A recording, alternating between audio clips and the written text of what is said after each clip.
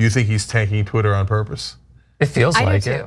Yeah. Really? It feels like it. Why do you not? No, nobody.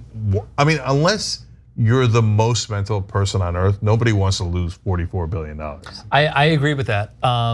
However, I feel like there was too much traction being gained with so many people communicating for grassroots movements that go against what he stands for.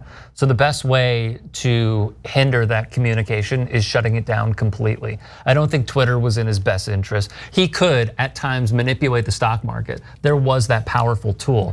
But as you have said, younger people are more progressive. They're communicating on Twitter. They're not communicating as much on other social media platforms. So the best way to destroy a people's movement where a lot of people were communicating is to just simply fire the engineers, fire the staff, tank it, and hopefully we'll be able to start over. But there's just too many moves that have happened to make me seem like he's just in it for like, he's just in it to prove how dumb he is. Like I think that's fool's gold. I don't think that's it at all. So I have a different theory, but I'm curious about yours. Yeah, I really think that it's the exact type of thing we see, like in Hollywood. When someone writes a really good script and they're a young writer, there will be people who buy the script because it's similar to something they're already pursuing just to kill the script. That happens all the time, and we see all of these businesses, when they become monopolies, they buy up their competition. I think we've never had people with this much money and this much power, and now that we have billionaires that have amassed this fortune, they want to maintain the status quo. They want to keep this system where they can endlessly be accumulating wealth and power. And for Elon, it was like, yeah, I can, take out some loans with the bank, leverage them against the stock that I have in Tesla, get this done, no problem, tank this thing. Worst case scenario, I have to declare bankruptcy and then I can restart again. That would be a smart financial move. So I think Rick is right that what he's trying to do is quell grassroots movements that are questioning billionaires' power in our society. No, you guys are giving him too much credit. So like protecting the status quo, ending these movements, he doesn't even know those things. No, look, my theory is much simpler. He was bullied you mentioned bullying of these type of kids. He was bullied when he was younger, and so all these guys on Twitter told him that they love him, right? And they're like, oh my God, you're great, you're gonna be our savior. And he bought into the idea that he was gonna be their savior. And it's hubris, and it happened. Like there's a reason why every novel, a lot of movies focus on hubris, because that's what happens. So look, A, no one wants to lose $44 billion. B, his overall net worth has now dipped $100 billion since this whole Twitter nonsense started, because Tesla stock is crashing. And part of the reason Tesla stock is crashing is because they think Elon Musk is spending too much time on Twitter instead of on Tesla. So it's just been an epic disaster. And the number one thing with these guys is ego, okay? So he is now no longer the richest man on earth. I bet you that's killing him. Oh, without a doubt, yes. Killing him. Yes. So he wouldn't have thrown away that money. He really thought he was gonna nail it and he was gonna be the hero of all these Musk stands on Twitter. And he also has like a huge Reddit page. But like, I want to go back to something that you just said, which is like, he doesn't really know a lot of the stuff that goes into like, it sounded like you were saying right-wing politics. So to just go off of that, he's been communicating with the Cernoviches, he's been communicating with the Boberts, he's been communicating with all of those people on Twitter to amplify their messages over and over again, because that is now the accepted wing of what he wants to do.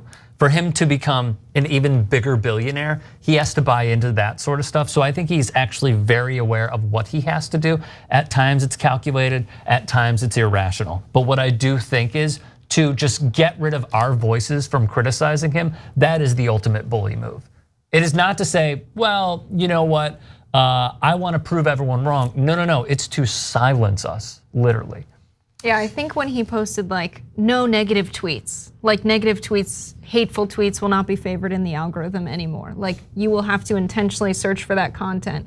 So now a billionaire is deciding what qualifies as a hateful tweet, which is just so scary to me. And I think the best summation of what we have here, like I don't know if he initially started talking about buying Twitter with this in mind, but I think once he started talking about it, there were very powerful people that were like, you should, man, and we'll support you because this is in our interest politically. But someone tweeted, insecure, billionaire, insecure crybaby purchases a criticism factory. And I think once he saw the kind of criticism he was getting, he was like, oh yeah, I'm with those guys. We're gonna tank this thing. Yeah, no, I'm not buying it. Those are fun conspiracy theories, but I'm not buying it. So look, even if they get rid of this, so let's say Larry Ellison gave money, et cetera, he's gonna owe all those guys. He's not gonna owe them money, but he's gonna be kind of humiliated that he blew all their money, right? Yeah. So, and that's gonna be terrible inside the club. So, but it is amazing what, successful people, how stupid they can be. And it's partly because they just can't help themselves in hearing what they want to hear. Like, who listens to Lauren Boebert or the toxic Mike Cernovich and thinks, genius, nailed it. These are the guys who will write about politics. Lauren Boebert? Come on, you can't tell she's an idiot, right? Who, according to Mother Jones, just won also. Yeah, that's right, it just got called. Not that it got called, the Democrat conceded. So that race is over, but he wants to hear that he's great. And he wants to hear that, you know what, the right wing is right. The rich people shouldn't be taxed that much. And all their companies should be deregulated so they can break any law they like, right? So when the Cernoviches of the world tell him that, oh yeah, man, you're awesome. And you should be above the law. The law is for little people. He's like, oh yeah, that sounds really smart. Oh yeah, I'm a right winger now. Oh yeah, okay. So he got kind of walked over to this place where he thought he was gonna be a hero, and come to find out, no, he's kind of an idiot. And so I don't know if he was an idiot about everything and got weirdly lucky. I mean, he got born into a family with emerald mines. Yeah, exactly. And then happened to be at the right place at the right time, et cetera. He must have done some things right, but right now, I mean, publicly, every move has been ridiculously stupid. Yes. And we could all see it with our own eyes. You don't have to be a business genius to see it. Yep. So I think he blew it. And I think he lost a lot of money, and I think that he's hurt, dog. Don't ask him if he's all right. So, but we'll see. I mean, and remember, guys, last thing on it. If Twitter goes down, it doesn't really matter. The new social media platform will come up. They're not going to be able to. They have to shut down the entire internet to shut our voice off, right?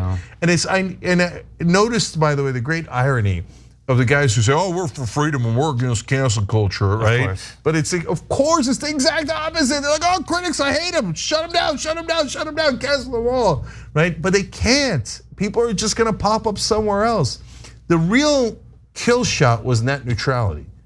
Thank God, like that was one of the best reasons for Biden winning. Biden's been a disappointment in a lot of different ways, but at least he got rid of this, he brought net neutrality back, which Trump had gotten rid of. That could actually shut down the whole internet and put corporations as the only gatekeepers, right? Now that they haven't done that, it doesn't matter if Twitter goes away. Thousands of other things will pop up, including, by the way, something we're gonna do. Yeah. Okay. Look, I know we got to move on. We shot a look at each other once. You were like, "Oh, the next thing is going to come up." Like this has been. I think it will take time. Yeah, it's like this is years and years, like decades in the making to where it is today. I think that's obviously much easier said than done. People are like, "Go to Mastodon, go to this, go to that." Like, yeah, people are going to be companies rather are going to be competing for that next space, but it's so much easier said than done because they already put in the legwork to make what was, let's be honest, at times a hellscape, but it was our hellscape. Well, let's see what happens now. If I'm right, he's going to try to rescue it. I don't know if he will, but he's very unhappy about how things are. There's no way you're going to convince me that he's home and it's like, nailed it, lost $100 billion, but I shut down everybody else's voice. No, I would be you really got shocked. to get the last word in, huh? Shocked, yeah, I know, I'm sorry guys. Thanks for watching The Young Turks, really appreciate it. Another way to show support is through YouTube memberships. You'll get to interact with us more. There's live chat emojis, badges. You've got emojis of me, Anna, John, JR, so those are super fun. But you also get playback of our exclusive member-only shows and specials right after they air. So all of that, all you gotta do is click that join button right underneath the video. Thank you.